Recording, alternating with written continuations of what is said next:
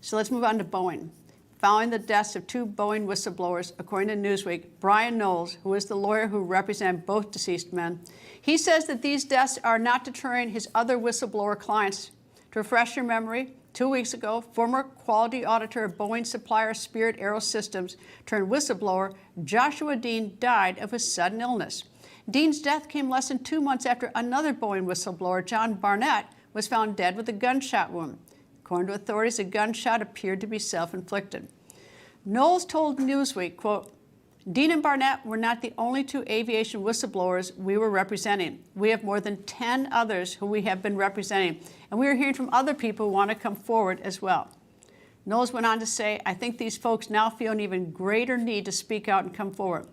They were all raising serious quality and safety issues that they had reported internally and then ended up reporting to regulators," end quote.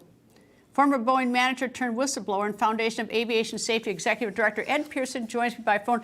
Good evening, sir. And we've been so fortunate there have been no major accidents in years. But tell me, are the skies safe? Do you feel they are? Well, thanks for having me, Greta. I think the skies are safe, but I have to say that these are concerning to passengers and for everybody. You know, our aviation system is very much under pressure. And it has to do with staffing. It has to do with new employees. And airlines are trying to make money. They're trying to get out as many flights as possible. And I think we need to slow down. Well, when it's under pressure, that is when the risk arises. I mean, some of these aircrafts are older aircrafts. I hear shortages in these towers, these FAA towers. I hear about that. I mean, that's what worries me, is that all the pressure that you just mentioned, that at some point, someone's going to be unlucky.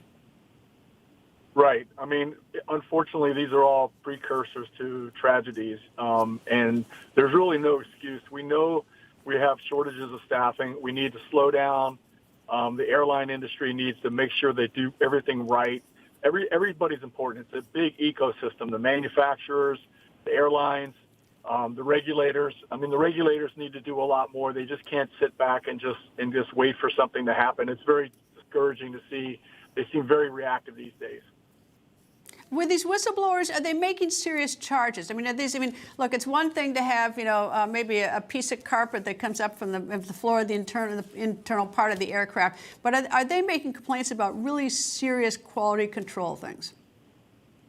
Well, yes. I mean, I was one of those whistleblowers in December 2019, and I brought forth the issues at the factory back then, and unfortunately, nothing's changed. It's continued to have problems.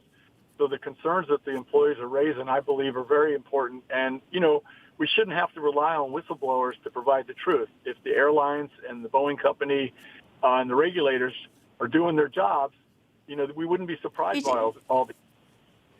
What did they ignore when you raised your complaint that was sort of catapulted you into having to be a whistleblower? What was the complaint you made that was ignored? Oh, the complaint was that we were rushing the production of airplanes. We were making lots of mistakes. Our defect rate was high. We had lots of issues getting the airplanes built on time, and we just kept pushing them through the factory. And this was very concerning. And since then, my analysis and others' analysis has shown that the airplanes, the two planes that crashed, had manufacturing defects in those airplanes. So those problems were never addressed, and some of those electrical issues are still out there today. So we're pushing as much as we can on that.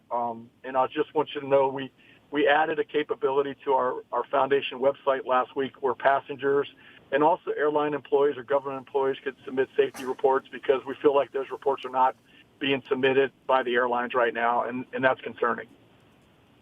Ed Pierson, thank you, sir. Thanks for having me, Greta.